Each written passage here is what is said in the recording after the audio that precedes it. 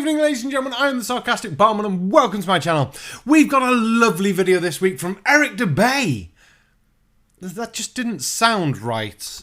I've done Eric Dubay this year. What the hell? Apparently we're doing an Eric Dubay video this week, so the mighty powers above me have told me. The things we do for our NASA shield checks. Oh well, roll the intro and we'll see what numptiness this guy's got to give out.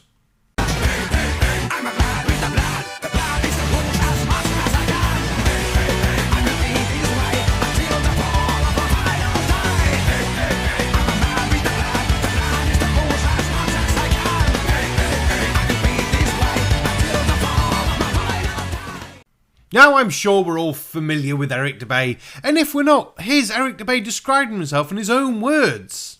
Anti-Semitic, conspiracy theorist, flat earther, Holocaust denier. Lovely! Words from his own mouth, and if anyone doesn't believe any of those bits about him, go check out the Eric Dubay website-y shit. It's full of all this crap. And God, those conspiracy theories in there, I didn't even think he followed. Like nuclear bombs and things are fake. Who knew? Who knew?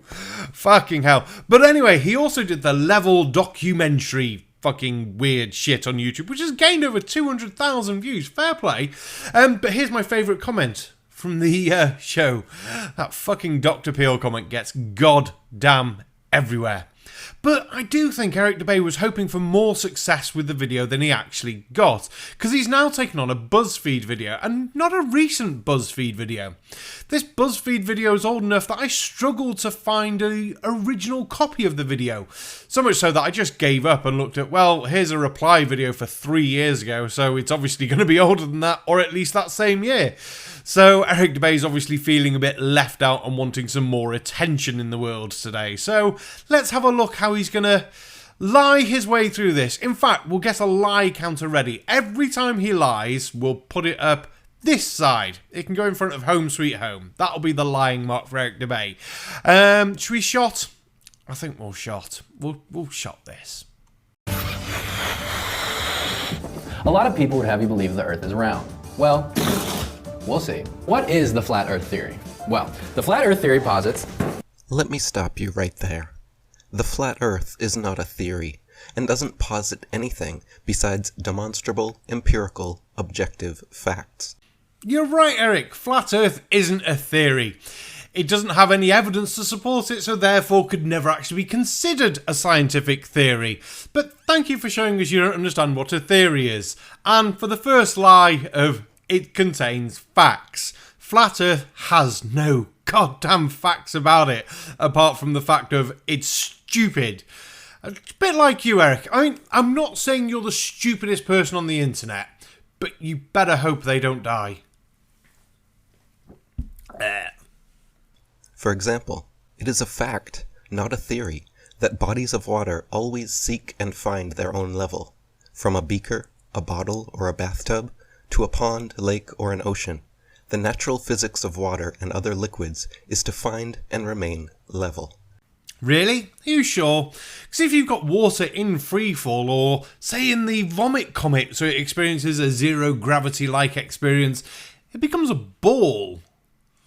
Very strange that, doesn't it? Why a ball? Maybe it's because there's no force acting on it to push it down into a flat sort of looking surface.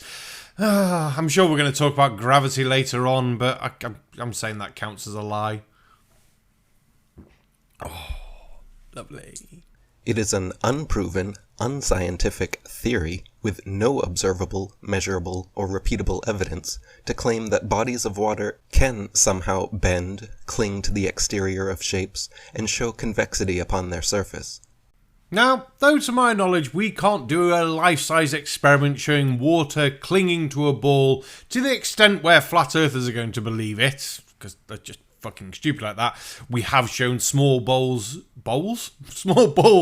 rotating at 15 degrees per hour, going, look, there's water on that, and the basic amount of water, if you scaled up, would be the same, but then you just go surface tension and all that shit. The one thing we can say, though, is water definitely fucking curves. Do you know how we know it definitely fucking curves? Because tides are a fucking thing. And some tides can be many, many feet in difference between high and low.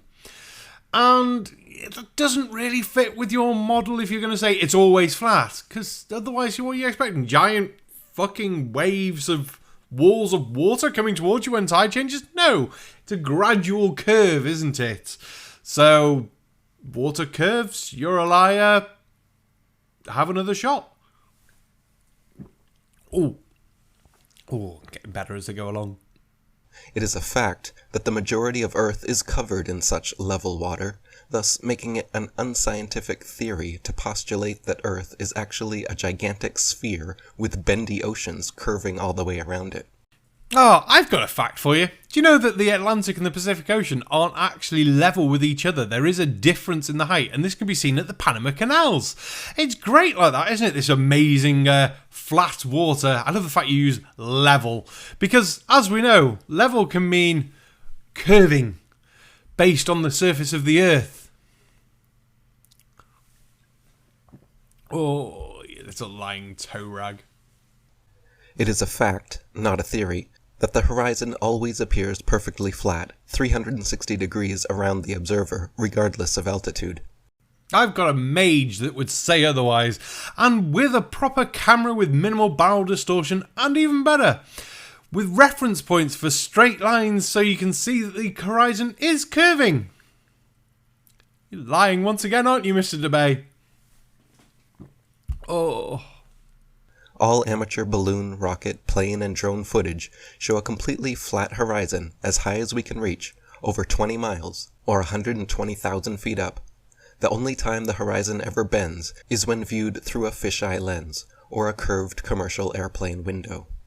Please see previous point, possibly card as well.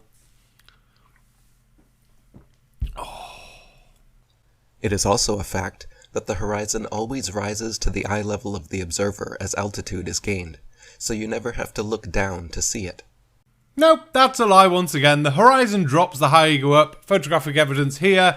Many of these have been done. mctoon.net, possibly another card. Link the website. I don't know if we can link websites and cards. I don't use cards often. Shot though. Oh... If the Earth were in fact a globe, no matter how large, as you ascended, the horizon would stay fixed, and the observer would have to tilt looking down further and further to see it. And we do.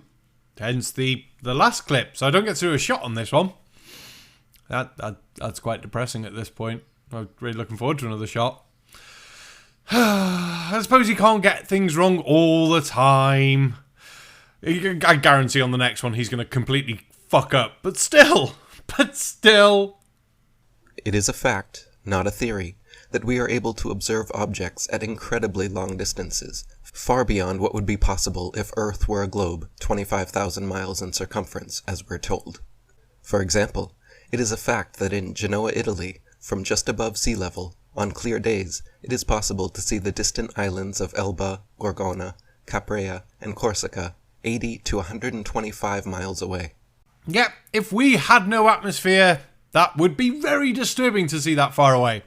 Luckily we do, and luckily we understand the principles how light bends and is refracted due to the water and the debris and everything else like that in our atmosphere. So, your point has no merit? Shot.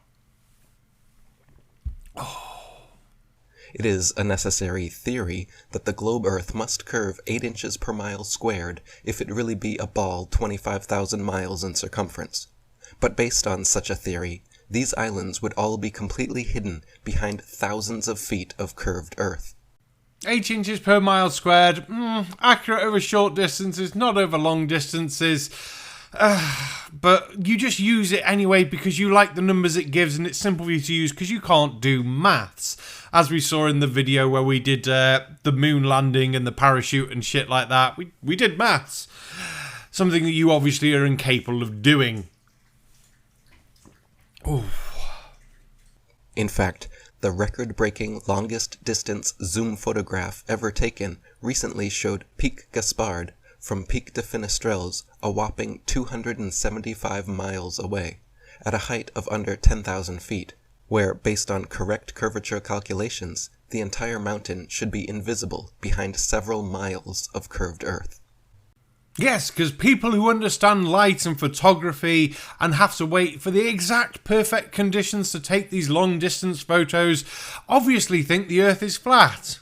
No, because then their fucking understanding of all that shit wouldn't work, and they probably wouldn't get the photo they actually wanted, would they? Dubay, you're just a dick at this point, a lying little dick who's trying to prove points with no actual evidence apart from, nuh-uh, see, we see this.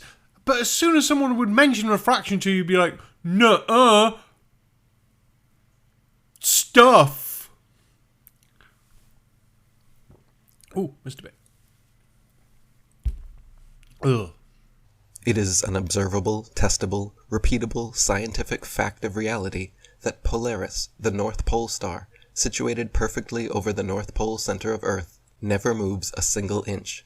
You cheeky dick waffle! You lying little cockwomble. Polaris does move. It's been documented moving. It just doesn't move a fucking lot. I mean, at this point, is it just like, what can I say to make barman fucking die from alcohol poisoning? Because that's what it feels like watching this video after I've decided to do shots. It probably wasn't the best of ideas, really. Going to die. Oh, Polaris moves. Simple as. Documents. Cards. Probably to MC Tunes again, because the stuff's on there. It is an unobservable, unproven, unscientific theory to claim that thousands of years ago Polaris mysteriously did move, and Thuban or other stars became the center of rotation. Except you're missing the important point, really, aren't you? We understand that the stars move now because they're tracked as moving. If you've got a lot of time on your hands, a good camera, and want to sit there with a mount to look at these pictures, and then spend night after night after night after night after night after night after night after night after night after night after Several days later. after night after night after night after night after night after night, you will see that they're moving. You can then go, well, if it's moved that much over this amount of time, we can then track that back and go, oh, look, this is where it would have been 100, 200, 300, 400, 7,000, 2,456,332 days ago. We can work that shit out. We also have like people like the ancient Greeks who did plot out stars to the best of their ability.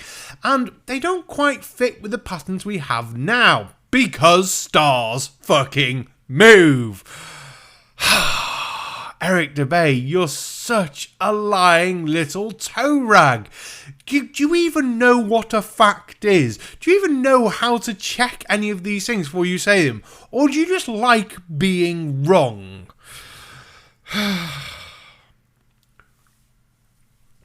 Oh, I think you just like being wrong.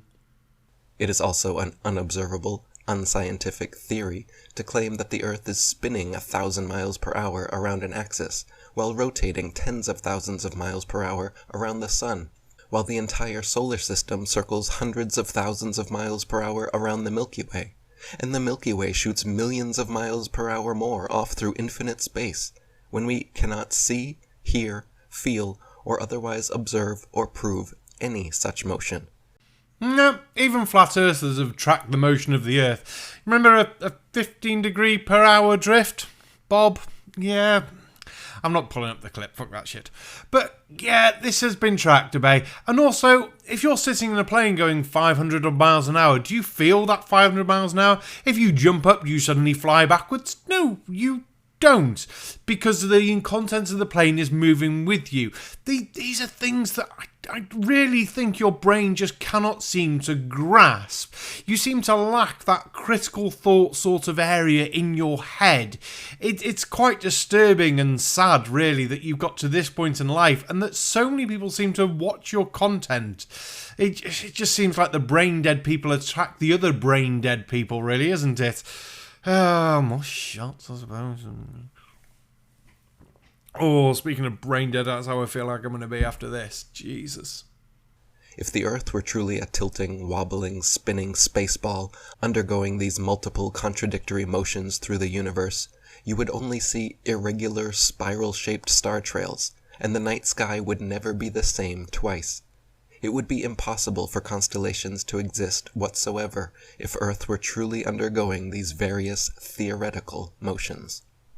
Now, I suppose if we ignore the fact that Earth's rotation has been detected before, Earth's movement has been detected around the sun before, we ignore the fact that we've plotted stars moving, then I suppose Eric Dubay might still not have a fucking point, because he's forgetting the other really important thing.